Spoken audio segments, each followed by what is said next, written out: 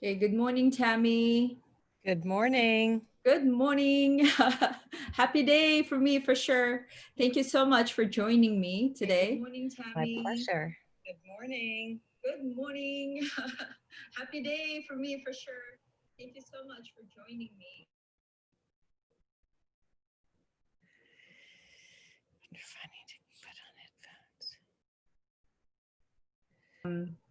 I don't know if it's your side or mine. Do I hear some echoing? Oh, it must be your computer. If you have two devices on right now. I don't think I do. I have my phone sitting here, but it's not hooked up to anything. I can walk you upstairs with me and grab some headphones, and that, if it's on my end, that will take care of that. It's taking you a minute to get to my purse. And grab some headphones, and that, if it's on my end, that will take care of that. It'll take you a minute to get to my purse.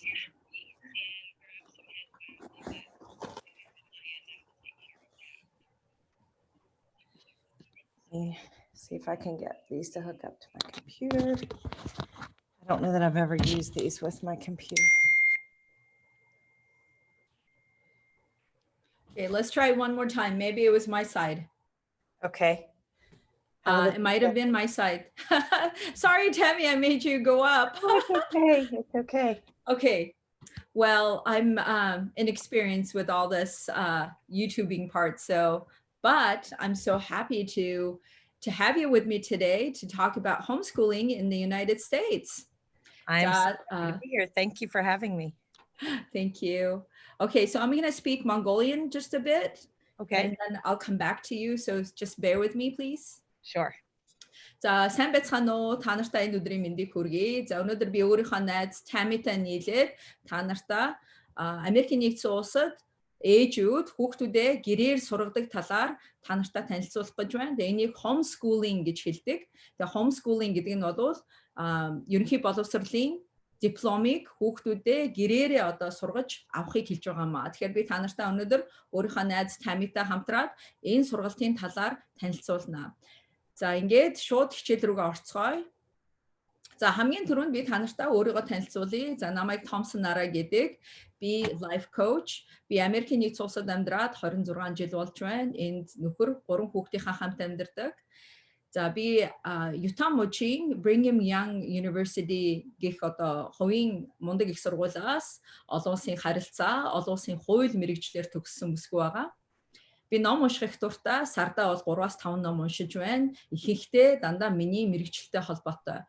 Философи ном их уншиж байна. Хүүхний хөгжлийн номнуудыг уншиж байна. Хүмүүсийн намтруудыг уншиж байна. За би гэр бүлэрээ аялах их дуртай. Манайхан гадуур одоо уул хаттай газруудаар аялах их дуртай. Уул хадаар мацах их дуртай. Тэгээд одоо аялдаг ийм айл байна. За би дасгал хийх их дуртай, фитнес тийм ээ. Фитнесаар хичээллэх маш их дуртай. Мөн өөрийнхөө ногоо хүнсийг өөрөө ургуулах дуртай ийм бүсгүй байна. За би коучинг хийгээд маш олон жил болж байна. Англи хэл дээр, мөн орос хэл дээр коучинг хийдэг. Саяхнаас монгол хэл дээр ингээд заваараа та нартай өөрийн одоо Америк зааж байгаа хичээлүүдээ цөөхөн хэсгийг танилцуулж байгаа. За би коучинг яагаад хийх дуртай юм бэ гэхээр эмэгтэйчүүдийн одоо амьдралд нь аж аргал амжилтыг олоход нь бас нэг хамтын тий одоо тэр амжилтыг нь олоход нь тэр аж аргалыг нь мэдрэхэд нь тусалж яваа учраас надад их сайхан байдаг. Бүсгүйчүүдийнхаа нүдэнд оч гэрэлтхийг хараад тий тэдний амьдрал сайжирч байгааг хараад би өөрийнхөө амьдрал энэ бүхнийг мэдэрч байгаа юм шиг тийм сайхан мэдрэмжтэй амьдардаг ийм life coach байна. За би ямар сургалтууд явуулдаг вэ гэхээр яг ийм 4 сургалтыг явуулдаг. Тэгээ хэрвээ та 8 сараас миний сургалтанд оролцъё гэвэл сургалтанд сууж болно. Надтай Facebook дээр контакт хийгээд тэгээд сургалтанд маань оролцоорой. За 8 сард завгүй ээжүүдийн цагийн менежмент гэдэг сургалтыг хийн. За 9 сард хүүхдийн хүмүүжлийн шилдэг 10 арга гэдэг сургалтыг хийн. 9 сард тэгээд 10 сард болохоор онлайн бизнес нээж ажилуулах алхмуудын талаар ярина. Би өөрөө онлайн сургалтуудыг явуулдаг учраас тэр талаар бол маш тодорхой мэдлэгтэй бас мэрэгжсэн байгаа учраас түүнийгээ та нартай заана. За тэгээд 11 сард хань ижилтэйгээ амар сайхандаа жаргах гэдэг өөрийнхөө туршлагын талаар заана. Би нөхөртөөгөө суугаад анхныхаа хайртайгаа гэрлээд 23 дахь жилдээ орж байна. Тэгээд энэ өөрийн туршлага одоо яаж нөхөртөөгөө сайхан харьцаатай тэр анхны дурлцаж байсан үеийн шигээ амьдрах боломжтой вэ гэдгээ би та нартай зааж өгнө. За одоо ингээд өнөөдрийнхөө хичээл рүү орчие. Тэгэхээр өнөөдрийн хичээл яагаад тийм ээ би өөрийнхөө найзыг урих болсон бэ гэвэл надад маш олон эмэгтэйчүүд хандаж байна. Яагаад хандаж байгаа вэ гэхээр Америкийн нэгдсэн улсын маш олон мужуудаар COVID-19-ийн тархалт ийг байгаа учраас ерөнхий боловсролын олон сургуулиуд шинэ хичээлийн жилийг 100% холын зайнаас одоо хийнэ гэж зарласан байгаа. Үүнээс болж маш олон ээжүүд стресстэж байгаа. Яагаад гэвэл тэд нар одоо хүүхдүүдээ гэртээ яаж хичээлэх юм бэ? Тийм ээ. Тэдний асуудал нь болохоор хүүхдийнхаа гэрийн даалгаврыг одоо яаж сайн хийлгэх вэ? Холын зайны хичээлд нь идэвхтэй яаж суралцуулах вэ? Хичээлээс гадуур цагийг нь хэрхэн үр дүнтэй байлгах вэ гэсэн ийм асуултыг надаас асууж байна. Тэгэхээр би та нартай одоо 25 жилийн туршлагатай өөрийнхөө 5 хүүхдийг гэртээ homeschooling буюу гэрийн сургалтаар хүмүүжүүлсэн ийм найзтайгаа уулзруулаад тэр маань биднэрт маш мундаг одоо сургалт хийнэ гэж би найдаж байна. За энэ сургалт бол миний зүгээс Монгол ээжүүдэд дэмжих, тэдэнд боловсролын өөр боломжийг, үнцхийг, бодлыг, хандлагыг харуулах гэсэн завдал юм аа. Тиймээс хэрвээ бичгийн алдаа гарсан байвал намайгаа уучлаарай. Би Орос 10 жил төгсөөд мөн одоо шууд 10 жилээ төгсөнгуудаа одоо Америкийн нэгдсэн улсад ирээд 26 жилийн турш одоо энд амьдарч байгаа англиар сургалтуудаа явуулдаг ийм бүсгүй байна. Тэгэхээр хэрвээ та ямар нэгэн байдлаар одоо энэ тэнд миний бичгийн алдааг харж байгаа бол намайгаа шууд уучлаарай. Би тэр одоо уучлалтыг шууд хэлээд ингээд гуйж байна. Мөн одоо та одоо энэхүү хичээлийг сайхан сэтгэлээр хүлээж аваарай. Яг бол би бол та нартай сайхан сэтгэлээр энэхүү хичээлийг өгөхөөр ингээд та нартай зориулаад хийж байгаа юм шүү. Хүн болгон завгүй байгаа. Хүн болгоны цаг бол алт. Миний цаг ч гэсэн алт. Гэхдээ би Монгол бүсгүйчүүдэд ялангуяа Америкийн нэгдсэн улсад байгаа Монгол бүсгүйчүүдэд үйлчлэх одоо хүсэлтэй байна. Энд амьдарч байгаа бүсгүйчүүд маань маш олон асуултыг надаас асууж байгаа учраас одоо энэхүү хичээлийг зориулж байна. Мөн хэрвээ та Монголд байгаа бол хүүхдүүдээ гэрээр одоо хүмүүжүүлж байгаа бол гэртээ хүүхдүүдтэйгээ суудаг ээжүүд байгаа бол эсвэл гэрийн сургалт гэж юу ямар юм байдаг юм бэ? Би тэрийг сонирхоод үзье гэсэн бас нэг өөр өнцгөөс амьдралыг харахыг хүсэж байгаа бол би та нартай энэ хичээлийг зориулж байна. За би өөрөө сүүлийн 20 жил гэртээ одоо өөрөө хүүхдүүдээ хүмүүжүүлж байгаа юм эмэгтэй байна. Гадуур ажил хийгээгүй. Хүүхдүүдээ одоо гардаж өөрийнхөө одоо хүссэн болгоно хүүхдүүдээ суулгаж чадсан тийм эмэгтэй байна. Миний хүүхдүүд өнөөдөр Америкийн нэгдсэн улсын маш том сургуулиудад сурч байгаа юм хүүхдүүд байгаа. За ингээд шууд та нарыг хүлээлгэхгүйгээр өөрийнхөө найзтай одоо уулзруулъя, танилцуулъя. Okay, Tammy. Thank you so much for waiting for me. So here you are. So you get to talk now, and I get to be quiet a little bit and maybe hopefully translate some of the amazing things you'll be sharing with us. За би та нартай өнөөдөр өөрийн найз Tammy O'Callaghan-ыг танилцуулж байна. За Tammy маань өнөөдөр та нартай зориулсан хөтөлбөрөө ингээд шууд танилцуулаад явчихна. Би зарим зүйлийг нь та нартай орчуулад явна. Зарим зүйлийг нь би урьдчилаад ингээд орчуулсан байгаа. Tammy. Hello. Hello. Okay, so the first question that I've asked you was, яагаад гэрийн сургалтыг сонгосон бэ? Why have you chosen to homeschool your kids? I think one reason that I chose to homeschool it was my reason in the beginning anyway, was I wanted to give my children the opportunity to become who they were. I wanted to give them time to explore their interests. School can be kind of confining. You're there a long time during the day and you're very directed. So I wanted them to have time to figure out what they were good at, what they loved, and then time to pursue that. As I homeschooled more, it became more about the way our family was put together and our common faith that I wanted to transmit to them through everyday life. Okay, so Tammy маань яагаад одоо өөрөө гэртээ хүүхдүүдээ хүмүүжүүлэхээр шийдсэн бэ гэвэл ялангуяа гэрийн сургалтыг хийхээр шийдсэн бэ гэвэл одоо хүүхэд болгон өөрийн гэсэн өгөгдөлтөд ирдэг. Тэр өгөгдлөө одоо нээхийн тулд тэгээ авьяас чадвараа одоо тэр хүүхэд маань нээхийн тулд би одоо гэртээ хүүхдүүдээ сургахаар шийдсэн юм аа. Яг бол сургуульд байгаа тохиолдолд зөвхөн тэдний хөтөлбөрийг л дагах хэрэгтэй байдаг. Хүүхэд өөрийгөө бас одоо илэрхийлэх тэр болгон боломж гардаггүй. Мөн би бас өөрийнхөө ихтгэл үнэмшилийг хүүхдүүдээ суулгахыг хүссэн юм аа. Тийм учраас би хүүхдүүдээ homeschooling хийсэн юм аа гэж Tammy маань хэлж байна. Go ahead, Tammy. Am I supposed to I'm sorry. Am I supposed to answer another question here or? Do you want to read off your bio here? Sure. I can read the bio page. Okay, sure. I wasn't sure if you had covered that. Yeah, go ahead. After you read it all off, then I will read this in Mongolian. Is that okay? Sure, absolutely. So I decided I would homeschool when I was only 19 years old. I had done just fine in public high school. But I felt like I wasted a lot of time during the day doing things that didn't matter. And when I graduated, I had not the slightest clue of what I wanted to do with my life. So I was home one day when I was 19. I was homesick and watching TV.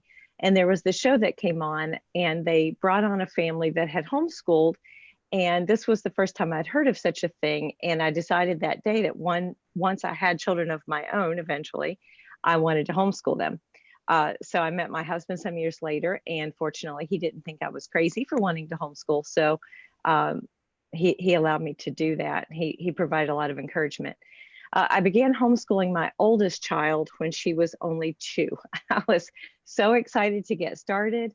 4 more children came after that, and 25 years later, I finally finished my career of homeschooling when my youngest graduated high school in May of 2019. I schooled them all the way through, from preschool through high school, except child number 4, who was just convinced he was missing some wonderful things by not being able to go to school. So he went his junior and senior year of high school and had a great experience at real school. To date, 3 of my children have graduated college. 2 of them graduated magna cum laude. My oldest daughter is a forensic scientist with the state police lab. My second daughter works for a manufacturing company, and she consistently receives offers for promotion. My older son is a diesel mechanic in high demand. And my younger son is a senior in college, where he is consistently on the president's list. My youngest daughter just finished her freshman year of college, and she made the president's list both semesters. Now, obviously, I'm proud of my children, and they work hard. And but my reasons for sharing their accomplishments are not just to brag on them, but I want you to be able to see that as a mother, you really can educate your children and have them turn out okay, have them be successful in life and happy adults. 3 of my children are married to lovely people, and I have a delightful 1.5-year-old granddaughter that I am absolutely crazy about. My husband died 4 years ago of cancer, and so our family dynamic has changed a little bit, but the memories that we have from homeschooling and the family environment we built because we were together all the time helped foster a family that continues to nourish us all very well. Thank you, Tammy. So now it's my turn to translate for you. So if you could bear with me, thank you so much, and be patient with me. Sure. Thank you. За, Tammy маань сая биднэрт юу гэж хэлсэн бэ гэхээр би хүүхдүүдээ гэрээрээ сургах шийдвэрийг 19 настайдаа гаргасан. Би өөрөө жирийн 10 жилийн сургууль дүүргэсэн. Надад сургууль огт таалагдаагүй. 10 жилдээ маш их цагийг дэмий үрсэн гэж би боддог. 10 жилээ төгсөхдөө амьдралдаа юу хийж бүтээхийг ч ойлгоогүй төгссөн. Би нэг өдөр ханиад хүрээд гэртээ хэвтэж байхдаа телевизээр Phil Donahue-гийн нэвтрүүлгийг үзсэн юм. Тэр нэвтрүүлэг дээр гэрийн сургалт явуулдаг гэр бүлийн тухай гарч байсан. Яг тэр өдөр би өөрийн хүүхдүүдтэй болохдоо тэднийгээ гэрээр сургана гэж шийдсэн юм аа. Хэдэн жилийн дараа нөхөртөөгөө танилцаж түүнд өөрийн хүслийг хэлэхэд тэр нэг их гайхаж шоконд ороогүй, харин дэмжсэн. Нөхрийн маань дэмжлэг надад маш их тус болсон. Би том охиноо 2 настай байхад нь гэрээрээ сургаж эхэлсэн. Би хүүхдүүдтэйгээ хичээлэн гэхээс л сэтгэл хөөрч байсан. Сүүлийн 25 жилийг 5 хүүхдээ гэрээр сургалаа. Миний бага охин саяхан 10 жилээ төгсөж би багшийн ажлаа ардаа орхиж байна. Би бүх хүүхдүүдээ гэрээр сургасан. 4 дахь хүүхэд маань их нийтж хөдөлгөөнтэй хүүхэд байсан тул төгсөлтийн хэдэн жилүүдээ жирийн 10 жилд явж төгссөн. Тэр хүүхэд маань гэрээр суралцсандаа маш их баяртай байдаг. Өнөөдрийн хувьд 3 хүүхэд маань дээд боловсролтой, 2 хүүхэд маань улаан дипломтой төгссөн. Том охин маань мужийнхаа цагдаагийн лабораторид шүүх эмнэлгийн судлаач хийдэг. 2 дахь охин маань үйлдвэрлэл явуулдаг компанид ажилладаг ба байнга албан тушаал ахиж байдаг. Миний том хүү дизелийн механик хийдэг ба түүний мэрэгжил маш их эрэлт хэрэгцээтэй байгаа. Бага хүү маань их сургуулаа энэ жил төгсөх ба онц сурдаг. Бага охин маань их сургуулийнхаа анхны жилийг онц дүнтэй дүүргэж чадлаа. Би хүүхдүүдээрээ мэдээж бахархдаг. Тэд хөдөлмөрч. Гэхдээ би та нарт хүүхдүүдийнхээ амжилт ололтыг ярихдаа өнгөрөх гэж хэлээгүй юм шүү. Харин гэрийн сургалтыг хэмээн хүсэж байгаа ээжүүдэд та нар чаднаа. Хүүхдүүд чинь амжилттай, ажиргалтай хүмүүс болж өсөх болно гэдгийг л хэлэх гэсэн юм аа. 5 хүүхдийн маань 3 маш сайн хүмүүстэй гэр бүл болсон байгаа. Надад нэг жил хагастай зээ охин байдаг. Хань минь 4 жилийн өмнө хорт хавдрын улмаас биднийг орхиж явсан ч гэсэн манай гэр бүл гэрийн сургалтын ачаар олон цагийг хамтдаа өнгөрөөж чадсан. Хүүхдүүдийн маань зарим өөрсдийн хүүхдүүдээ гэрийн сургалтаар 10 жилийн боловсрол олгоно гэж ярьдаг юм аа. Okay, Tammy. Thank you so much. Do you want to add to that a bit, or do you want to go to the next question? I'm ready to move on. All right. So the second question, let me read this off in Mongolian first. Гэрийн сургалтын хамгийн мундаг хөтөлбөрүүдээс танилцуулна уу гэж би Тамигаас асуусан байгаа. Can you tell us some of the best curriculums or ways of teaching children at home? Sure. There are many different ways of teaching children at home as there are parents and children, because children are so different. One way that I really, really enjoy with my own children when they were younger, and I think this works best from pre-K to about 5th grade, so the elementary years, is unit studies. Unit studies are a way of combining nearly any and every subject. Math is kind of an obvious exception, but you unite them under the umbrella of a certain theme and then teach them from that point outward. So it's a very hands-on approach, and it allows you and your children to really become immersed in a topic from many angles. It's a flexible approach that gives you room to adapt some to the learning style of your child. So let's say, for example, I have a child who is really interested in ancient history. So I can choose to do a unit study on ancient Greece, for example, and study that from the point of view of what was their art. And so we can study art. What kind of literature survives from that, and what has been written about it? So we can cover literature and grammar in that. Of course, history. You can cover cooking. Maybe you find some Greek recipes. You could cover science. What kinds of scientific or technological things were going on during that era that have made a lasting impact. Even things like, if you have a child who loves Legos, they could build some of the ancient Greek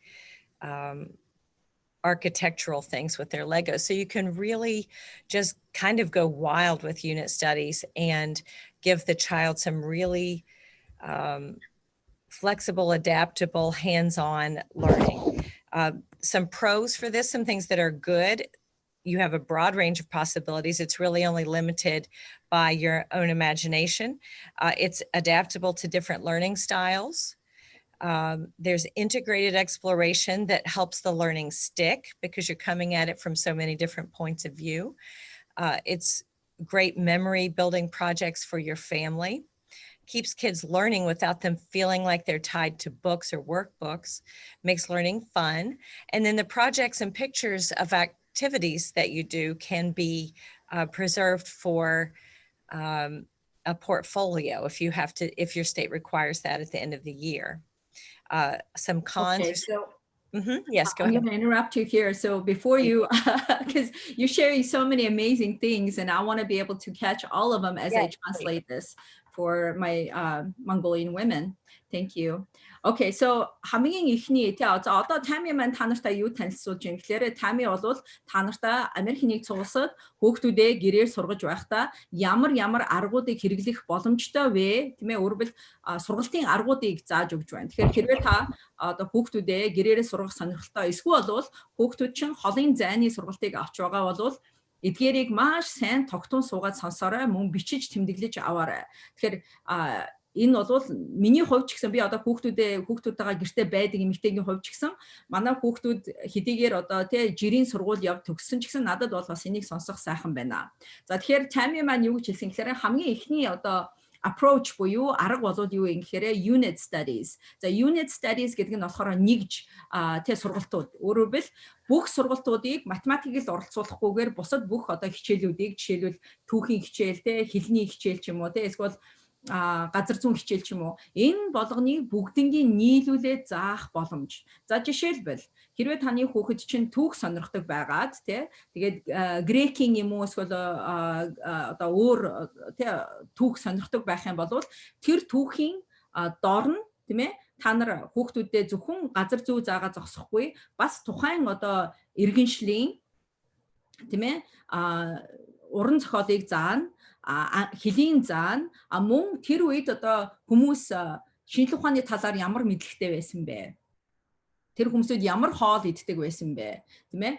Тэр үед ер нь түүхэнд юу болж байсан бэ гэдээ энэ болгоныг нэг одоо тий сэдвийн доор бүх хичээлүүдийг нь оруулаад үзэх боломжтой гэж хэлж байна. За энэ бол надад их таалагдлаа. Одоо энэ хүү яг энэ арга тийм ээ би хүүхдүүдтэй бас жоохон сургуульд орохоос өмнөх тий одоо яасал цэцэрлэгийн насанд нь би хүүхдүүдтэйгээ ингэж суралцаж байсан. За жишээлбэл тийм ээ таны хүүхд чинь Legos тоглодог бол тий одоо Lego-гоор ингээд үрж юм хийдэг байх юм бол тий одоо грекийн архитектурын тийм ээ талаар хүүхдүүдэд заагаад зургуудыг харуулж байгаа. За миний хүүхдүүд ийм одоо тий байшинг сүндэрлүүлэлттэй гэдэг тий одоо хүүхдүүдээрээ бас хийлгэж болох юм. Тэгэхээр хүүхэд сурж байгаа мөртлөө бас өөрийнхөө одоо тоглодог тоглоомороо тухайн одоо хичээлийг аваад ингээд амьдралдаа шингээх боломжтой байдаг. За энэ аргын сайн талууд нь юу вэ гэхээр бас хөгжилтэй, it's fun, хөгжилтэй.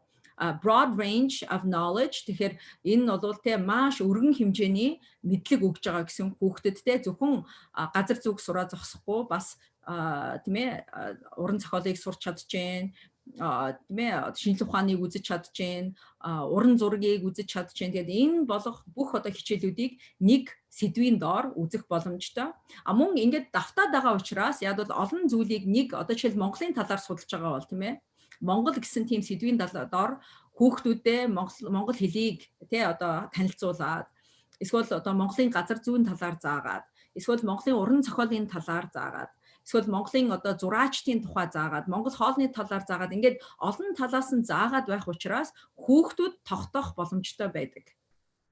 Нөгөөх зүйл бол тийм ээ мэдээж memory building буюу тогтоох боломжууд тий ингээд баг байх насанд нь хүүхдүүдтэй олон зүйлийг заагаад авах тусмаа тэр хүүхдүүд чинь тогтмол заагаад авах тусмаа хүүхдүүд чинь тэрийг тогтоох тийм ээ боломжтой болдог шүү дээ. Тэгэхээр энэ арга бол unit studies гэдэг арга бол тийм ээ бас ингээд нэг сэдв доор маш олон хичээлүүдийг тий discipline оруулж ингэж заах боломжтой ийм одоо хичээл хийдэг арга юм байна. Okay, go ahead. Can you talk about the common themes?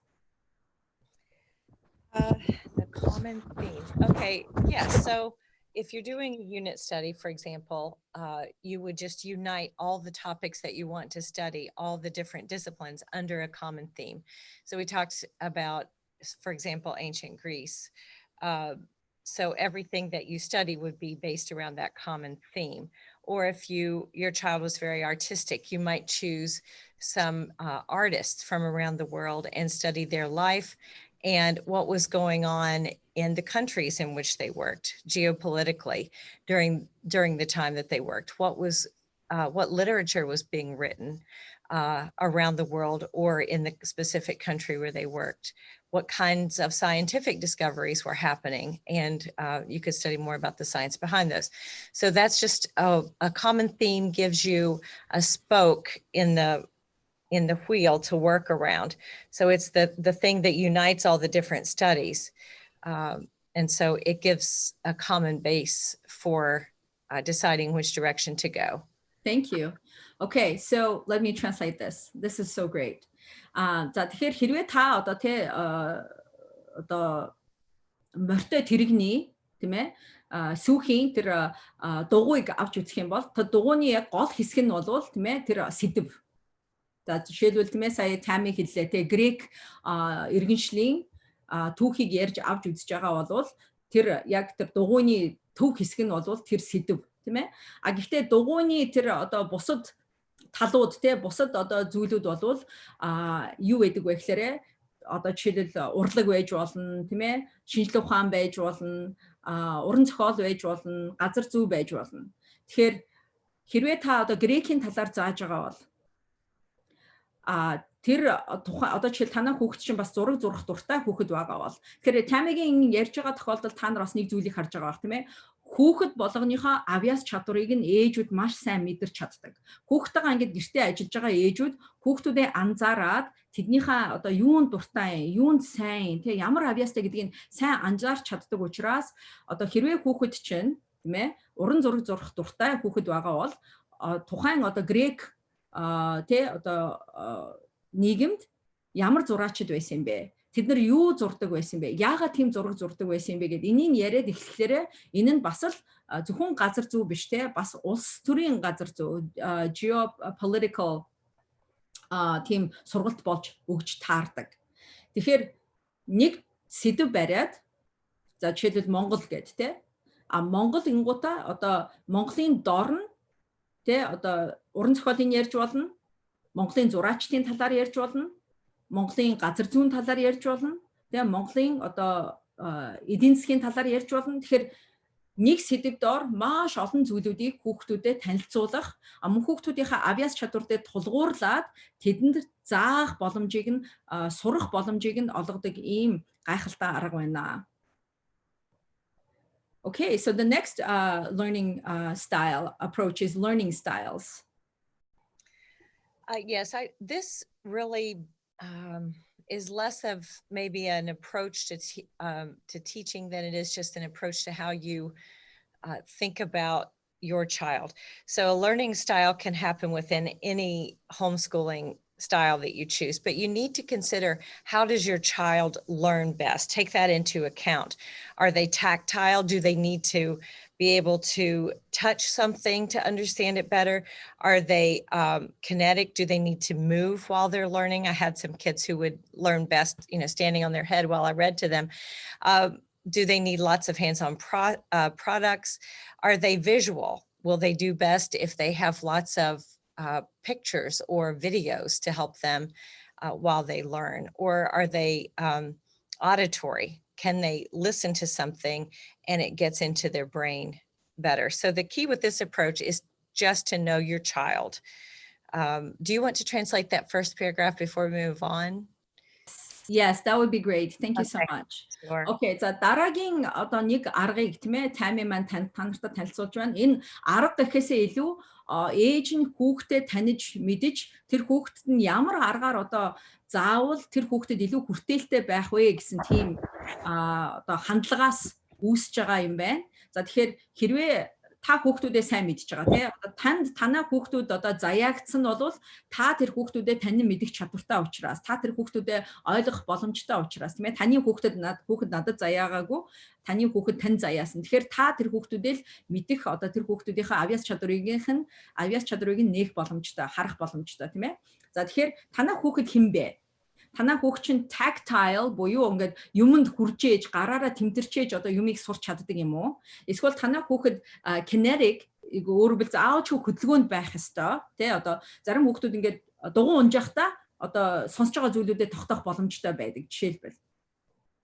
Эсвэл танай хүүхэд чинь тийм ээ visual learner гэдэг нь болохоор нүдэрээ харж ээж ойлгож ухаарч авах тийм ээ. Одоо өөрийнхөө одоо толгой руу тархи руу хийх боломжтой тийм ээ. Эсвэл бол auditory learner буюу чихээрээс сонсголоороо сурдаг хүүхдүүд. За тэгэхээр ийм дөрвөн төрлийн одоо хүүхдүүдээс шалтгаалаад одоо заах боломжууд байдаг тийм ээ. Хэрвээ хүүхэд чинь заавалчгүй тэмтэрч юмыг ингэж тэг гараараа тэмтэрч байж юмыг сурч чаддаг бол жишээлбэл хүүхдүүдээ тэрийг мэдж байгаад яг тэр арга дээр нь тулгуурлаа заах. Эсвэл танай хүүхэд чинь сонсголоороо сайн сурдаг байх юм бол тэг хөгжмийг ашиглаад эсвэл номыг нь нөгөө тэг одоо аудио ном байдаг шүү дээ. Тэр номыг нь одоо жишээлбэл сонсгож хүүхдүүдэд заах жишээтэй. Хамгийн гол нь бол ерөөсөө л энэ одоо аргын талаар ярьж байгаа тохиолдолд хүүхдүүдэд түлхэж болохгүй. Хүүхдүүдэд тэг одоо чи ингэх ёстой, тэгэх ёстой гэж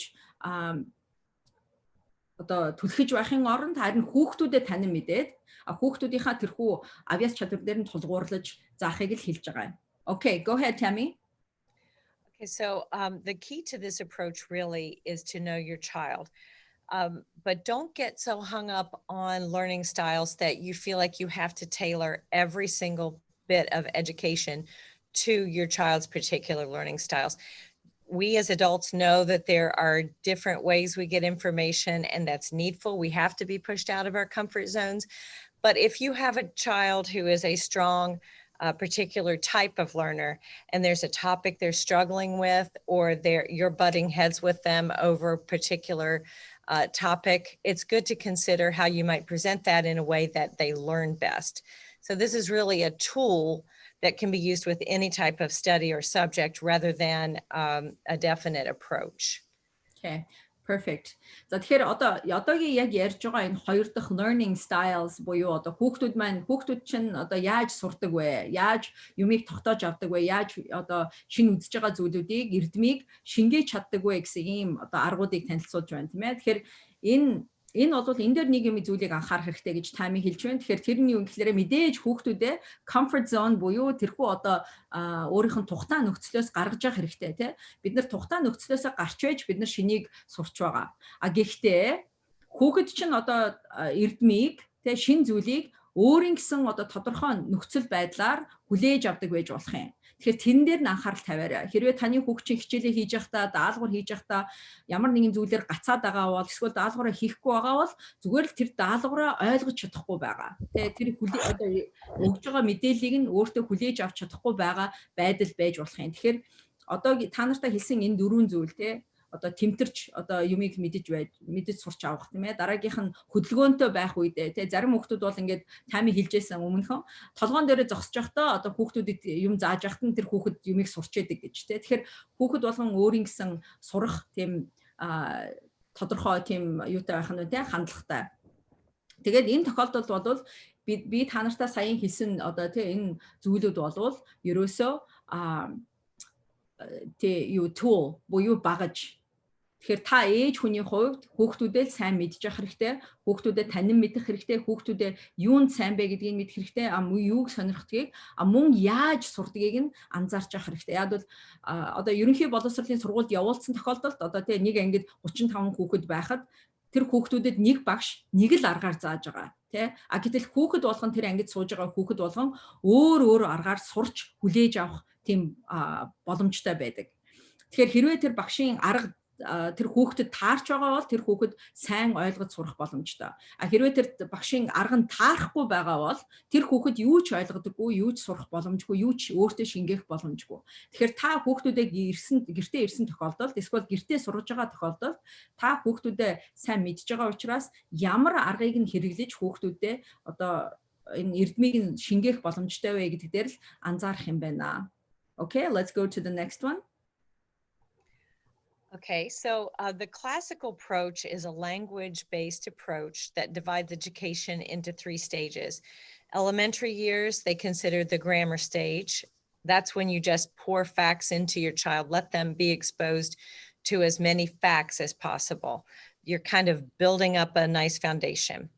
Then there's the logic stage, which is which are the middle school years. Your child begins to take all the facts gathered during the elementary years and start internalizing those and analyzing those and synthesizing those, working them into a structure that they can work with. They're not just a bunch of random facts, but they're a set of knowledge. And then finally, the rhetorical stage during the high school years, when the child begins learning how to take all that he's learned and communicate that, applying different things to different situations. This approach is disciplined and simple in its focus, but it's very arduous, and it trains the mind really, really well. All right, thank you for that pause, Tammy. You're amazing. You might actually know Mongolian secretly, you're just not telling us that. Which I did. Okay. Okay, classical approach. Тэгэхээр ерөнхий одоо энэ хүүхдүүдэд хичээл зааж байгаа тийм ээ, ээжүүд гэрээрээ байна уу, эсвэл холын зайнаас хүүхдүүд чинь хичээл авч байгаа тохиолдолд ерөөсөө Америкийн нэгдсэн улсад энэ боловсролын систем бол ерөөсөө 3 нэгжид хуваагдсан байдаг юм аа. За эхнийх нь нэгж болохоор elementary school буюу хүүхдийн одоо тий анх сургуульд орж байгаа жилүүд тийм ээ, анхны жилүүд. За энэ тохиолдолд хүүхэд маань тийм ээ одоо 1 2 3 4 дугаар ангиудаа 5 6 дугаар ангиудаа юу сурч байгаа вэ гэхээр grammar stage гэж хэлдэг юм байна. Grammar stage гэдэг нь бол ерөнхийдөө дүрмүүдийг сурч яадаг тий одоо яаж зөв суух уу, яаж хүмүүсүүдтэй харьцах уу, яаж багштайгаа харьцах уу, эсвэл бол одоо тий англи хэл дээрээ дүрмүүдийн үзэх жишээтэй. Тэгэхээр энэ эхний Америкийн нэгдсэн улсад бол elementary school болвол тий 1-ээс 6 дугаар анги хүртлээр явагддаг ба яг энэ тохиолдолд бол хүүхдүүд дүрм сурч яадаг юм байна. Тэ ер нь яаж одоо энэ амьдрал чинь хүн зохицож амьдрдгийг ч гэдэг юм уу? Ер нь сургууль сурна гэдэг чинь ямар хөө байдгийг ч гэдэг юм уу, тэ? За эндээсээ энэ мэдлэгээ аваад хүүхэд дараагийнхаа шатанд шилждэг юм байна. Энэ шатыг нь middle school years буюу одоо дунд ангийн жилүүд. Америкийн нэгдсэн улсад энэ бол 7 8 дугаар анги. Энэ дээр болохоор логик ажиллаж эхэлдэг юм байна. Логик гэдэг нь маань одоо хүүхэд сурсан нэгдүгээр одоо тэр анхны жилүүддээ сурсан зүйлүүдээ одоо ойлгох гэсэн байдал. Одоо эн чинь яаж миний амьдралд нөлөөлдөг юм бэ? Тэ эн чинь одоо ямар шинжилгээ ухаан дээр эсвэл ямар хичээлүүдээр миний тэр сурсан зүйлүүд хэрэглэгдэж байгаа юм бэ гэдгээ хүүхэд ойлгож analyze хийх, тэ анализ хийж сурахыг хэлж байгаа юм байна. За хамгийн сүүлчийн шат бол high school буюу одоо ахлах ангийн жилүүд байгаа. Энэ болохоор 9-р ангиас 12-р анги хүртэл одоо Америкийн нэгдсэн улсад байдаг. За энэ жилүүд бол харин хүүхэд хамгийн хэцүү одоо боловсролын шатуудыг өөртөө одоо шингээж байдаг. За энийг болохоор rhetoric гэж хэлдэг. Тэгэхээр энэ rhetorical learning буюу яг энэ үед хүүхэд өөрийнхөө одоо бүх энэ он жилүүдэд ойлгосон, ухаарсан, суулгасан, уншсан, харсан зүйлүүдээ одоо амьдралдаа шингээх, тийм ээ? Хөрсөнд суулгах. Тэгэхээр энэ бол хамгийн одоо хэцүү жилүүд байдаг. Яг бол амьдралтай нэг мэтгэл 10 жилээ төгсөөд амьдрал дээр гарах хэрэг гарч байна. Тэр хүүхэд өөрийгөө тижээх хэрэг гарч байна. Магадгүй ирээдүйд гэр бүлээ тижээх хэрэг гарч байна. Тэгэхээр энэ одоо хүүхэд насныхаа жилүүдэд сурсан бүх зүйлүүдээ яаж одоо амьдралдаа хэрэгэлдэг юм бэ гэдгийг л одоо энэ 10 жилийнхаа сүүлийн одоо 4 жилийг буюу ахлах ангийнхаа жилүүдийг хүүхэд ингэж сурч хэрэгэлдэг юм байна. Okay, go ahead. I have listed unschooling here. This is an approach I really do not personally recommend. What happens in unschooling is that the parent allows the child's desires and interests to decide what he wants to learn and how and when. Any parent will probably be able to tell you this could be disastrous for an actual learning. Some people do it and do it well, I'm sure, but I never had a child who was directed, self-motivated enough to learn well long-term in this way. So I'm a firm believer that you take into account the child's personalities and skills and interest when making educational choices. But it is a very rare child that will want to work on all the subjects and with all the discipline that he or she needs in order to become a well-educated adult.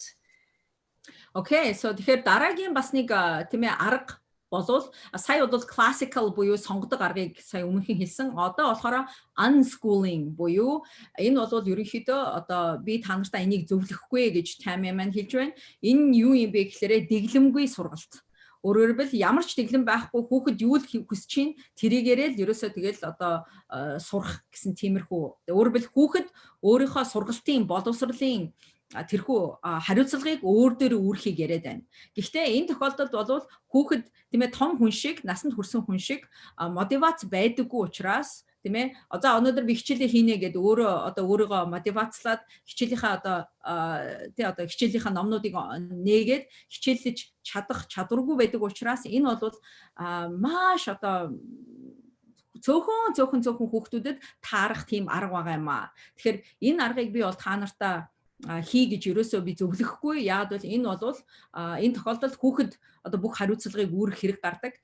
Гэтэл хүүхэд бол насанд хүрээгүй учраас тийм ээ тэдний тарих бас айгүй тийм мундаг хөгжиж амжаагүй байгаа учраас өөрөө бүх хариуцлагыг үүрээд өөрөө одоо цагтаа босоод өөрөө хичээлийнхаа номнуудыг нээгээд өөрийгөө сургах тийм хүүхэд бол ховорхон байдаг. Тэгэхээр энэ бол тийм сайн арга биш ээ гэж Тами маань бид нартай хэлж байна. Okay, so thank you so much for those learning approaches and tools. Those were great. Now, the question number 3. Холын зайны эсвэл гэрийн сургалт хийж байгаа хүүхдүүдтэйгээ яаж ажиллавал хамгийн амжилттай үр дүнтэй байдаг вэ? Та 25 жилийнхээ гайхамшигтай амжилтын туршлагаас хуваалцсан уу? Танд маш их баярлалаа. So Tammy, this is where you get to shine and tell us all the things you've done well with your children for the last 25 years, and then tell us what worked well and how to really help children do well at home while they're either doing online learning or they're doing homeschooling. Okay, I certainly do not want to set myself up as someone who did everything right with their kids. This is more like a mom looking back and seeing high points. And I think I say in here somewhere that there was never a day that I went to bed and thought, I really nailed this day. You know, there were always self-doubts and realizations along the way.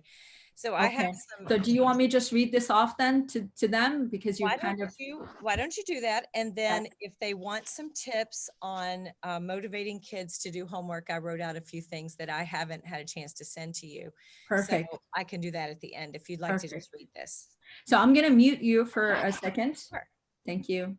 Okay, за одоо би та нартай Тами маань энэ асуултанд хариулсан 8 зүйлийг та нартай танилцуулъя. Өөрөөр хэлбэл миний асуулт юу байсан бэлээрээ одоо холын зайны эсвэл гэрийн сургалт хийж байгаа хүүхдүүдтэйгээ яаж ажиллавал хамгийн амжилттай одоо үр дүнд хүргэдэг вэ гэсэн тийм асуултанд Тами маань 8 одоо өөрийнхөө аргыг биднэрт танилцуулж байгаа. Тэгэхээр бид тэдгээр одоо аргуудыг нь тэдгээр алхмуудыг нь та нартай танилцуулаад хэлээд өгчээ. Тэгэхээр Тами бас нэг зүйлийг сая хэллээ. Тэр бол төгс төгөлдөр ээж гэж байхгүй. Өөрөөр хүүхдүүдээ одоо бүх зүйл дээр төгс төгөлгөр өсөж байгаа, хүмүүжүүлж байгаа хүн гэж байхгүй. Би алдаа гаргаж байсан жилүүд, өдрүүд бас байгаа. Гэхдээ энэ 8 зүйл одоо надад хамгийн их тусалсан юм аа гэж. За нэгдүгээрх нь first one. Ямар хөтөлбөр сонгох нь тийм чухал биш ээ. Одоо тэгэхээр хүүхдүүдээ ямар хөтөлбөрөөр хичээллэх хүлдүүлэх вэ? Ямар одоо юу гэдгийг хөтөлбөрийг дагуул дээр вэ? Инээ тэрэ гэж толгоогоо гашилгаад хэрэггүй гэж Тами хэлж байна л да. Харин тогтмол хийх нь л хамгийн чухал. Homeschooling бол үйлдэл. Өөрөөр хэлбэл хүүхдүүдтэйгээ гэртээ хичээлж байгаа тохиолдолд үйлдэл хийх нь хамгийн чухал. Өдөр бүрийн үйлдэл. Тэр өдрийн дур сонирхол хамаагүй. Хичээл хийх нь л зайлшгүй байх хэрэгтэй. Number 2, хоёрдугаарх нь ганцаараа энэ бүхнийг хийн гэж битгий сүрдээрээ. Бид цахим орчинд амьдарч байна. Цахим дээрээс хамтарч хийх ээжүүдийг эсвэл ижил сонирхолтой хүмүүсийг олох маш амархан. Танд болон хүүхдүүд чинь найз нөхөд хамт олон зайлшгүй хэрэгтэй байдаг. Тэгэхээр бусадтай нийлээд одоо хүүхдүүдэд тоглуулж байх үедээ ч юм уу эсвэл хүүхдүүдтэйгээ одоо бусад хүүхдүүдтэй нийлж тоглох тэр боломжийг нь бас олгоорой тий. Тэр нэг social тий хүүхдүүд нийгэмших хэрэгтэй тийм ээ. Тэр бол бас айгүй чухал юм байна. Тэгээ та бас энэ бүхнийг ганцаараа хийн гэж битгий сүрдээд одоо амар том зүйлийг нуруунд дээрээ одоо тавьчаад яваарай гэж хэлээд байна л да. Юу гэж хэлж юм гэхээр энэ бусдаас бас тусламж авах боломжтой шүү. Okay, number 3. Таны хүүхдүүдтэйгээ үүсгэж байгаа харилцаа холбоо уншиж сурч байгаа зүйлээс хамаагүй үн цэнтэй юм шүү. Хүүхдээ гэрийн даалгавар хийлгэх гэж шахаж, загнаж байхдаа түүнийг өөрөөсөө холдуулваа. Таны хүүхдийн боловсрол мэдээж чухал. Гэхдээ түүнээс илүү хүүхэд чинь ямар хүн болж төлөвшөх нь илүү чухал. Их хүүхэд хоёрын харилцааг золиосонд гаргаж болохгүй шүү. эвээр аргаар боловсролыг нь олгож болно. Мөн гэрийн сургалт хийж байхдаа хэрүүл маргаангүй сайхан харьцааг үүсгэх боломжтой. Number 4, дөрөвдүгээр алхам. Боловсрол гэдэг нь заавал ширээний ардаас сурдаг зүйл биш ээ. Заримдаа гадаа байгаль дээр алхах, толгоогоо сэргээх их чухал байдаг. Мөн музей явах, хүүхдийн тархийг цэнэглэж зүрхэнд нь зохион бүтээгч уран зураачийн галыг асаадаг. Хүүхэдтэйгээ хамт бялуу хийж байхдаа математикийг сурч болно. Ялангуяа хэрвээ математикийн хичээл дээр хуваах, үржүүлэх сэдв үзэж байгаа бол маш сайн практик болж өгдөг. Okay, number 5. 5-дугаар алхам. Хүүхдүүдийнхээ сонирхолд тулгуурласан боловсролыг олгуул маш сайн. Хүүхэд бүр өөрийн гэсэн авьяас чадвартай. Хүүхэддээ өөрийн авьяас чадварыг хөгжүүлэхэд нь туслаарай. Уран зураг, хоол хийж сурах, сэлж сурах сургалтууд бол маш сайн боловсрол. Заримдаа хүүхдүүддээ YouTube сувгаас үзэж байгаа сэдвээр нь видео үзүүлж болно. Хүүхэддээ ийхүү түүний хүслийг, сонирхлыг голчилсан онцгой хөтөлбөр зохиоход хүүхэд таны түүнд ямар их хайртайг нь болно. Танд тэр хүүхэд чинь ямар их чухлыг нь хүүхэд өөрөө мэдэрдэг. Энэ бүхэн танаас цаг л шаардна. Энэ бүхэн танаас мөнгө шаардахгүй. За 6, number 6. Хүүхдийнхээ өдрийн хуваарьт хөрсөнд суусан амьдралд хэрэгтэй чадварыг оруулаарай. Хүүхдийн боловсролын нэг хэсэгт гэртээ хөдөлмөрлөх боломжийг гаргаарай. Хүүхэд бүр хувцас угаах, хоол хийх, өрөөгөө цэвэрлэх зэрэг энгийн суур чадварыг гэртээ сурах хэрэгтэй. Гэрийн ажлын хуваар гаргаж энэ бүхнийг баттгаарай. Number 7, 7-дугаар арга. Хүүхдээ амрааж бай. Хүүхдийн даалгаврыг гүйлгэж хараад эдгээр зүйлсийг хүүхэд маань яах гэж юунд зориулж сурч байгаа вэ гэсэн асуултыг өөрөөсөө асуугаарай. Мөн хизээ яаж хэрэглэх юм бэ гэж би бас өөрөөсөө асуудаг гэж таймыг хэлж байна. Хэрвээ эдгээр асуултанд хариулахдаа нэг их чухал яаралтай хариулт өгөхгүй байгаа бол яг одоо хий гэж хүүхдүүдээсээ шаардах хэрэггүй. Ийм уян хатан байснаар хүүхэддээ би чиний санаа оноог тооцож байна гэдэг мессежийг хүүхэддээ өгдөг. Тиймээс хэрэгтэй хэрэггүй даалгавар хийх биш, харин үзэж байгаа зүйлээ ойлгож байх нь л чухал байдаг. Number 8, the last one. За 8-дугаар арга, маргааш шинэ өдөр. Би орондоо орох болгондоо санаа зовдөг байсан. Нэг юмыг дутуу хийсэн мэт мэдрэмжтэй, айдастай орондоо орж байсан цаг зөндөө байгаа. Гэхдээ хамгийн чухал зүйл бол хүн хүмүүжүүлэн өсгөн гэдэг амаргүй. Өдөр бүр санаа зовох эсвэл стресстэх үе олон байсан. Гэвч хүүхдүүд маань бүгд мундаг хүмүүс болж чаджээ. Өндөр боловсралтай, сайхан сэтгэлтэй. Би тэдэнтэйгээ маш сайхан харьцаатай байдаг. Тэд ихэнхдээ зөв сонголтууд шийдвэр гаргаж байна. Энэ бүхнээс тэдэнд зааж сургах гэж хичээсэн тэр олон жилүүд дэмий байгаагүйг би харж байна. Тиймээс залуу ээжүүддээ захихад жоохон ч гэсэн тайвшир, бүх юмыг хүн дээр битгий хүлээж ав. Учир нь хүүхдүүд бага байхад цаг зогссон мэт байдаг, тийм мэдрэмжтэй байдаг. А гэтэл яг үнэндээ эргээд харахад цаг харавсан сум шиг өнгөрдөг юм байна. Okay, Tammy, I'm going to have you back. Join me, please. Please unmute yourself if you can. Is there a button? Okay, thank you so much. Okay, so I've just went over 8 things that you've told me that helped you as you were homeschooling your children. These are very valuable tips that you're giving us. Are there anything that you want to add to them? I would. I think during what's going on right now, a lot of people are looking for ways to educate their children and keep them busy at home while they themselves have to work. Okay, hold on. I don't want to lose you because you're sharing amazing things. Яг одоо бид нар COVID-19-тэй маш түгшүүртэй, айдастай үед амьдарч байна. Энэ тохиолдолд бид нар хүүхдүүдээ гэрээр сурахыг хичээж байна. А гэртээ байгаа тохиолдолд хүүхдүүдээ маш завгүй байлгахыг хичээж байна. Okay, I think the number one tool for helping parents survive having their children at home, whether they're schooling them or they're on virtual school, is a schedule. Put together a schedule, and I have a list of things that they could include on it if they'd like the list. But put together a schedule and let the schedule be the boss. So you're doing your work, the children look at the schedule to see, what am I supposed to be doing now? And have the schedule change, short bursts of time for younger kids.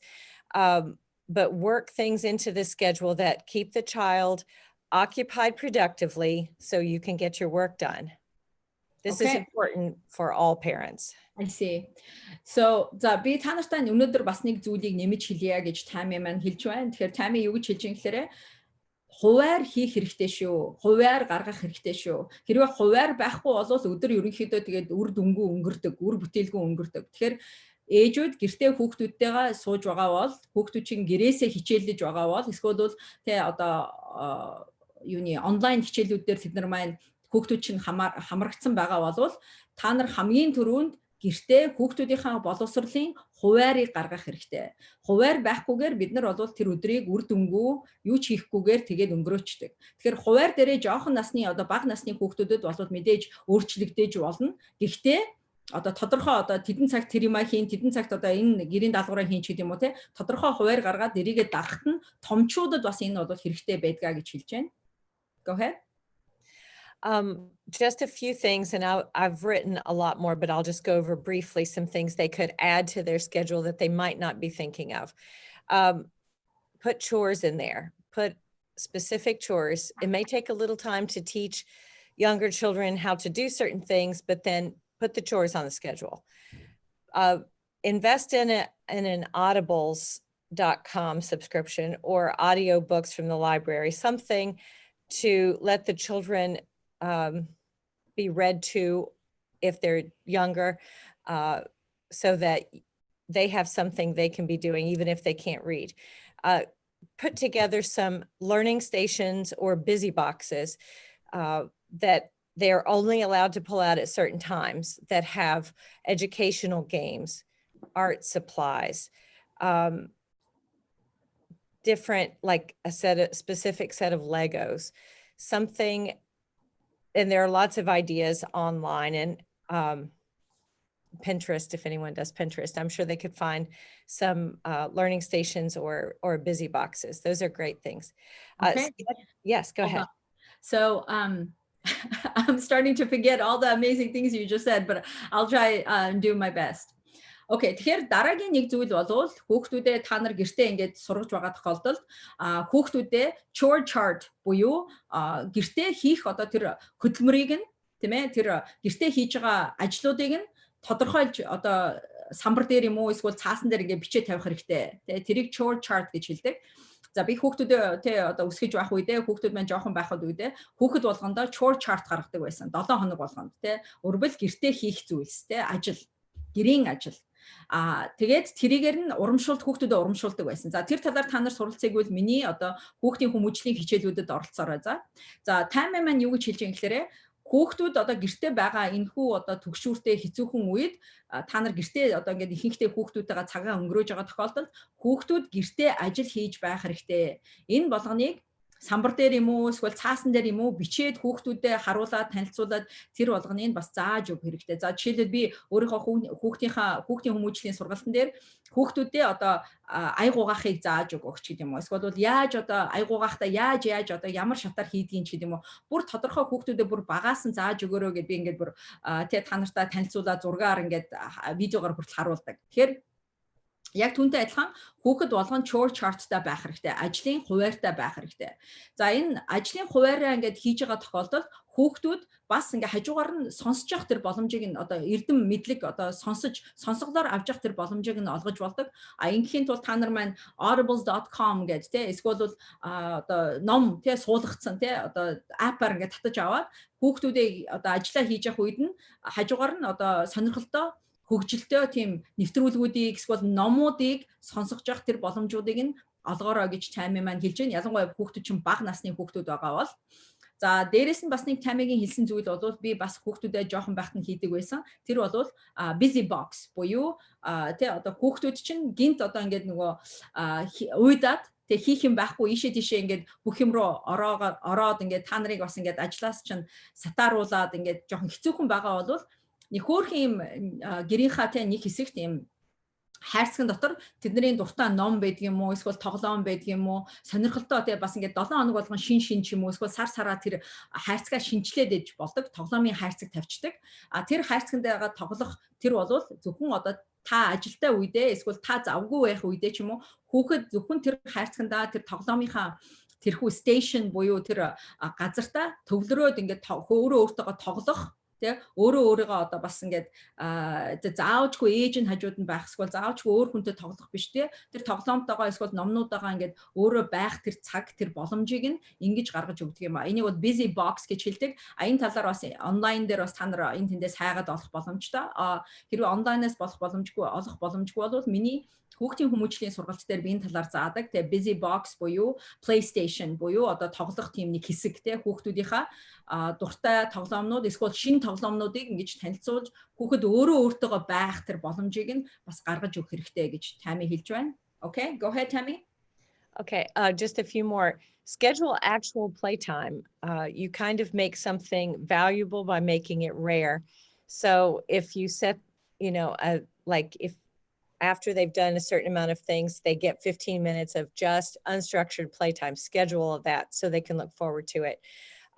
If you're in a car a lot traveling, which I lived in the country and did this, I had educational placemats that I bought like for a dining room table, and I stashed them in between the driver's seat and the console.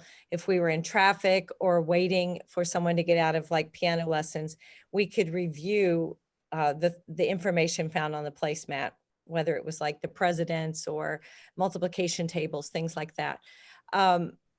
Let the children, the older children, if possible, teach something to the younger children. They learn it better, and it frees you up because they're helping their sibling, and maybe you don't have time to do it just then. And also schedule some time outside or in an area where your children can run off some energy. Every elementary school teacher will tell you it is very important to give children time to burn some of that energy that they have stored up while they're sitting in that seat working. Go ahead. No, I was going to say, could you repeat the part where you were in the car with the kids? Sure. So I lived out and had a lot of drive time, and plus I had kids in different lessons. So I would buy educational placemats like you would use to put a child's plate on while they were eating dinner. They make ones with all kinds of educational material on it. And I would just stash it between the driver's seat and the console. And then if we had extra time in the car, which we always ended up having, I could pull that out and we could review whatever was on it, whether it was the solar system or math facts, or, you know, you can find them with a variety of information. Great. Thank you. So дараагийн тийм ээ одоо Тамигийн биднэрт хэлж байгаа зүйл бол бас хүүхдүүдээр хэрэгжилж ирсэн зүйл бол хүүхдүүдэд тоглох цагийг гаргаж байгаарай. Тийм ээ тоглох цаг гэдэг бол хүүхэд зүгээр нэг одоо тоглоод гүйж байгаа юм шиг мөртлөө маш олон зүйлүүдийг сурч байдаг. Тэ одоо биеэ яаж одоо авч явах уу? Тэ би одоо хөдлөж байгаа тохиолдолд баланс, тэ тэнцвэрийг олох, тэ биенийхээ. Энэ болгоно бол амар чухал. Би энийг бас хүүхдүүдэд жоохон байхад нь бас айгүй хийдэг байсан. Тэ тоглуулах, тийм ээ. Байгаль дээр тоглуулах боломжтой бол тэр хамгийн мундаг, тийм ээ. Гэхдээ байгаль дээр одоо гадаа тийм хөдөө та нар амьдрахгүй хотод байгаа бол тэ ятгахтаа хүүхдүүдийн тоглоомын газар аваач тоглуулах, эсвэл тийм ээ найзартаа уулзуулах тэр боломжийг нь гаргаарай. Мөн Тамми бас ингээд хүүхдүүдээ өсгөж байх үедээ хөдөө амьдарч байсан байна. Тэгэхээр хөдөөнөөс хот руу орох тийм машин дотор одоо айгүйх цагийг үрдэг байсан учраас машин дотроо байнгын одоо боловсролын хүүхдүүд уншаад ч юм уу хараад ойлгож явах тийм одоо материалыг их авч явдаг байсан юм байна. Тэгээ хүүхдүүдээ одоо машин дотроо явж явахад нь бас сургаж байсан байна. Мөн том хүүхдүүдээрээ одоо бага хүүхдүүддээ юм заалгаараа гэж хэлж байна. За энэ бол би бас хүүхдүүдээ жоохон байхад хийдэг байсан. Том хүүхдүүд маань тийм ээ дүүнэртээ одоо өөрийнхөө сурч байгаа ойлгосон эсвэл мэдэж авсан зүйлүүдэд дандаа ярьж тайлбарлаж хэлдэг байсан. Хүүхдүүд нэг нэгнээсээ сурах нь илүү одоо шингэцтэй байдаг. Том хүмүүсүүд юм заах, хүүхдтэй юм заах нь бол хамгийн одоо мундаг арга байдгийг би өөрийнхөө бас амьдрал дээр харсан. Okay, go ahead. The only other thing I have to add, I tried to come up with some ways that parents could motivate their children to get their work done without just nagging them. I know that this is a problem, especially if they're doing virtual school because of COVID. So I just came up with some ways that may or may not work for your family, but I wanted to throw them out there. One thing you can do is set up rewards. You can have, for example, 15 minutes of playtime that they earn for every subject they complete. You could also, if possible, if you have some control, make the work they're doing as engaging as possible so that they'll want to finish. One way to do this is for the parent, when, around the dinner table or when they have time with the child, to engage with the child in conversation about what they're learning so that it becomes more than just a pointless, busy work exercise for the child. I've got a few more. Do you want to go ahead and talk about those before I move on? Sounds good. I'll do that. So I actually wrote them down this time so I don't forget, because you're sharing amazing stuff. Okay, so та нартай дараагийн одоо tip буюу аргыг те одоо өөрийнхөө амьдралд хэрэгжүүлсэн аргыг чамын маань хуваалцаж байна. Тэрний нэг нь болохоор эхнийх нь болохоор reward гэдэг нь бол шагнах. Тэгээ хүүхдүүдээ одоо сайн суралцаж байгаа бол хичээлээ сайн хийж байгаа бол тэднэрт шагнал өгж байх хэрэгтэй. За эхнийх нь жишээлбэл нэг жишээн дээр сая таймын юу гэж хэлсэн гэхээр хэрвээ хүүхэд гэрийнхаа даалгаврыг одоо цагтаа дуусгачих юм бол за одоо 15 минут одоо чи тоглож болно тий эсвэл дуртай юмаа хийж болно гэдэг ингээд хүүхдээ тэр шагналыг өгөх. За дараагийн нэг зүйлийг таймын маань хуваалцсан тэр болохоор engaging буюу хүүхэдтэйгээ дандаа харьцаанд байх. Тэгэхээр жишээлбэл таймын маань хүүхдүүдтэйгээ хоол идэж сууж явах үедээ тэднийг юу сурч байгаа вэ, юу хийж байгаа вэ, юу сонирхож байгаа вэ гэдэг ингээд асуугаад ингээд ярилцаад байх бол хүүхдэд тэр боловсрол олж явахт нь маш их одоо мотивац өгдөг. Яг бол сурч байгаа зүйлээ дараа нь ярих, тийм ээ. Тэрийг нь сонсож байгаа хүмүүсүүд байгаа гэж бодоход бол хүүхдүүдэд маш их сайхан байдаг. Go ahead. I think one thing that children really enjoy, a lot of children anyway, is kind of, I want to say performing, but like showing other people what they've learned. So to get them motivated to learn something or to finish their homework on something, set up like on Friday night, you get to do a presentation for your dad and me, or for, grandma over Zoom, of what you've learned this week, and pretend like you're teaching them something so that they'll work harder to master it. Another thing, children love stickers. Put up a sticker sheet, and for every day they finish their homework, or if it needs to be smaller, for every subject they finish in a day, give them a sticker. And then after they've earned so many stickers, they get a certain reward, like your family will have a movie night, or they can have a play date or something along those lines. Okay, go ahead. And then let me translate this. More after that. Yes. Thank you. Okay, so дараагийн тийм ээ одоо таймын та нартай ерөөсөө сүүлийн одоо хэдэн аргуудыг ерөө яагаад яриад байгаа вэ гэхээр одоо би надад ирж байгаа асуултын нэг том асуулт бол яаж хүүхдүүдээ тий одоо гэрийн даалгаврыг сайн дураараа хийлгүүлэх вэ? Тэгээ яаж одоо хүүхдүүдээ идэвхтэй суралцуулах вэ гэсэн энэ асуултыг асуугаад байна л да тийм ээ одоо ээж нар яг л хүүхдүүд нь гэртээ ирчихсэн байдаг, гэрээсээ хичээллэж байдаг. Гэтэл хүүхдүүдтэйгээ нөгөө гэртээ тэгж одоо суралцуулж байгаагүй, ажиллаж байгаагүй ээжүүдэд энэ бол амар хэцүү байна л да. Тэгэхээр таймын маань энэ одоо эдгээр аргуудыг та нартай хэлж өгж байгаа. Тэгэхээр эхний арга бол сая бас нэг хэлсэн арга бол хүүхдүүд өөрийнхөө сурч байгаа зүйлүүдийг бусдад харуулж одоо магтаал авах айгуу дуртай байдаг. Өөрөөр хэлбэл тайзан дээр тоглож байгаа жүжигчин шиг л тиймэрхүү реакц авах дуртай байдаг. Тэгэхээр хүүхдүүдээ за одоо чи энэ сурсан сэдвэрээ биднэрт илтгэл тавиарай. Эсвэл биднэрт одоо харуулаарай. Биднэрт дуулж үзүүлээрэй, бүжиглж үзүүлээрэй гэд Zoom дээр эсвэл бол ямар нэгэн өөр аргаар тийм ээ одоо Skype дээр ч юм уу өвөө эмээтэй холбогдоод тэднэртэй бас одоо концерт тоглох юм уу, үзүүлбэр үзүүлэх ч юм уу. Эсвэл бол та одоо ингээд нөхөртөөгөө суучаад хүүхэд одоо өөрийнхөө сурсан зүйлүүдээ та нарт танилцуулж байгаа, харуулж байгаа тийм байдлыг үүсгэж болно. За дараагийн бас нэг хэлсэн зүйл болохоор цагаа гэр бүлэрээ одоо кино үзэж өнгөрүүлэх ч юм уу тийм. Тэгэхээр хэрвээ хүүхэд чинь тийм ээ гэрийн даалгавраа сайн хийж байгаа бол одоо тогтмол хичээлүүдээ одоо сайн үзэж байгаа бол за миний хүүхэд айгуу чи мундаг хийлээ. За одоо энэ одоо хийсэн зүйлд чинь шагнал болгоод гэрээрээ бүгдээрээ одоо кино үзцгээе ч гэдэг юм уу те movie night те одоо нэг өдөр гэрийнхаа одоо кино үздэг тийм өдөр үдэш болгож болох юм а гэж Tammy хэлж байна. Go ahead, Tammy, maybe one more. Okay. My children would do almost anything when they were younger if there was a timer on them. So maybe you set a timer and say, see how much work you can get done before this timer goes off. And that to them is was very motivating for my kids because they were working against the clock kind of, and they forgot about how arduous the task was. Oh, that's a good tip. I love that tip. За хамгийн сүүлийнхаа tip буюу хамгийн сүүлийнхаа одоо хүүхдүүдэд яаж мотивацлах вэ? Яаж гэрийнхэн даалгаврыг сайн хийлгэх вэ? Яаж гэртээ байхдаа сайн суралцуулах вэ гэсэн энэ асуултанд Tammy маань бас нэг мундаг одоо аргыг та нартай танилцуулж байна. Тэр нь бол timer буюу цаг тогтоох. Тэгэхээр би энийг бас хүүхдүүдэд жоохон байхад нь хийдэг байсан. Хүүхдүүд ингээд цагийн эсрэг одоо нэг нэгнтэйгээ өрсөлдөж чинь ч юм уу эсвэл цагийн эсрэг өрсөлдөж чинь нэг уралдаан байдлаар ингээд зүйлийг одоо сургаж байх үед айгүйх дуртай байдаг. Тэгэхээр Tammy жишээлбэл хүүхдүүдэд за та нар одоо 15 минутын дотор юу сурч юу хийх боломжтой вэ? Хичнээн их гэрийн даалгавраа одоо хийж одоо дуусгах боломжтой байлаа. За хаалуу харцгаая гэд тэгээ одоо секунд тавиад тэгээ юу цагийнхаа сэрүүлгийг тавиад тэгээ 15 минут тавьсан байх. Би 15 гэдгийг би өөрөө нэмж хэлж байгаа шүү. Би зүгээр жишээ болгож хэлж байна. Тэгэхээр та нар маань одоо хүүхдүүдийнхаа наснаа шалтгаалаад одоо том болсон хүүхэд байх юм бол бас харьцангуй өдөө удаан хугацаагаар суух боломжтой тийм ээ гэрийнхаа даалгаврыг хийгээд.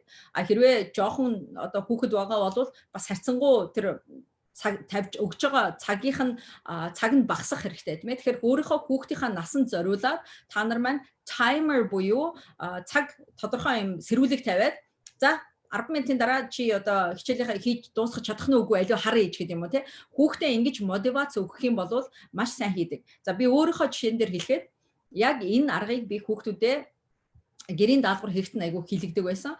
Хүүхдүүд маань одоо тэр цагтаа уралдаад заримдаа бас нэгнтэйгээ уралдаад богинохоо хугацаанд дотор тэ маш олон одоо гэрийнхаа даалгаврыг амжуулдаг байсан. Тэгэхээр энэ бол маш гайхамшигтай аргыг та нарт Tammy маань танилцуулж байна. Tammy, thank you so much for participating with us today, for getting up so early and being live today with me. I'm so grateful for your service to us. And I just hope that all these amazing things that you've shared with us will somehow come in different ways as a blessing to you, because this has just been an amazing experience talking to you and learning from you. You have an amazing just way of sharing things too. I can see that you are such a great teacher because you make it so simple and understandable, because I've learned a lot just listening to you. Тэгэхээр би Tammy-да баярлалаа гэж хэлж байна. Tammy маань өөрийнхөө одоо 25 жилийн туршлагыг бид нартай бас зарим зүйлийг нь хуваалцах энэхүү одоо мөчийг гаргаад өглөө эрт босоод надтай ингээд суугаад энэхүү хичээлийг заасанд түнд маш их баярлж байна. За bonus. So I'm giving them bonus, Tammy. So bonus бол юу юм гэхээр Америкийн нэгдсэн улсын гэрийн сургалтанд хэрэгэлдэг материалуудыг одоо сурах бичиг номууд хичээлийн материалуудыг одоо та нар хаана байдгийм бэ тэрийг авмаар байна гэж хүсэж байгаа бол надтай Facebook Messenger дээр холбогдороо би тэр бүх зүйлүүдийг хаанаас татаж авах боломжтой гэж чинь та нарт одоо өгөх болно. Тэгэхээр хэрвээ та гэрээрээ хүүхдэд сургая гэж бодож байгаа бол эсвэл гэртээ хүүхдүүдтэйгээ одоо байгаа тохиолдолд хүүхдүүд чинь холын зайны сургалтыг одоо хичээлүүдийг хийж байгаа бол эдгээр материалуудыг одоо ном одоо сурах бичгүүдийг аваад хаанаас олж авахыг мэдэж аваад тэгээд тэрийг олж авч уншиж илүү тодорхой нарийн энэ тал дээр мэрэгшиж болно. За би өөрөө хүүхдүүдээ 20 жил гэртээ одоо өсгсөн, сургасан, хүмүүжүүлсэн хүний хувьд хэлэхэд ээжийн цаг хүүхдүүдтэйгээ өгж байгаа цагийг юугаар ч орлох боломжгүй. Ямар ч мөнгө, ямар ч эд хөрөнгө энэ хүүхдэд өгж байгаа тэр ээжийн цагийг орлох боломжгүй. Тэгэхээр хэрвээ та хүүхдүүддээ цаг гаргаж байгаа бол тийм гаргах хүсэлтэй ээж байгаа бол надтай заавалчгүй холбогдож одоо миний хичээлүүдэд суугаарай. Яг бол би одоо хамгийн их номлодог зүйл бол ерөөсөө хүүхдэд ямар сургууль явахт нэг тийм чухал биш. Тийм ээ. Англи сургуульд явж гин үү, орос сургуульд явж хүүхдэд тэ хайр мэдрэх нь амар чухал. Хүүхдэд тодорхой юм сахилга бат их чухал. Хүүхдэд сурах, боловсрох одоо өнцгүүдийг нь харуулах айгүй чухал. Тэгээ хүүхдүүд ээж, аавын тэр харилцаа амар чухал. Тэгэхээр энэ бол хүүхдийн ерөөсөн амьдралын суурь. Тэгэхээр хүүхдүүдээ хэрвээ өндөр боловсралтай тийм ээ эерэг бодолтой, хандлагатай, мундаг өгөөмөр, сайхан сэтгэлтэй хүмүүс болгож өсгий гэж та хичээж байгаа бол энэ бол хүн болгоны мөрөөдөл тийм ээ, ээж болгоны мөрөөдөл. Тэгвэл энэ болгон чинь гэрээс эхэлдэг юм шүү. Гэртээ хүүхдүүддээ одоо сайхан тэр орчингийг бүрдүүлсэн тохиолдолд хүүхэд ямар ч сургуульд явсан гэсэн мундаг одоо өөрсдөө хүмүүс болох боломжтой. Тэгэхээр хажуугийн чинь одоо Монгол сургуульд явж исэн ч гэсэн хэрвээ гэртээ хүүхдүүддээ сурах тэр боломжуудыг нээгээд олгоод хүүхдүүдтэйгээ одоо сайн гэртээ ажиллаж байгаа тохиолдолд хүүхдүүд чинь маш мундаг одоо сургалтыг авах боломжтой байдгийн шүү. Тэгэхээр энийг бас өнөөдөр та нартай танилцуулахыг би өөрөө одоо ингэж хичээлээ. Tammy, I'm just telling them that the most important thing that mother can do for their children is to work with them at home. Because I've seen situations where many women send their kids to amazing schools like private schools or other top schools. But if they don't provide that learning experience and time for their children at home, none of those experiences in those top schools are going to really matter, because learning really happens within our walls. So yeah, if you have something to say on top of that. I think one thing I've always tried to model for my kids, and I think this is perhaps a very important key, make sure that your kids see you learning and enjoy learning your whole life. I've always taken lessons myself and taken up new hobbies and thrown myself into new passions. And I've modeled for my kids a love of learning.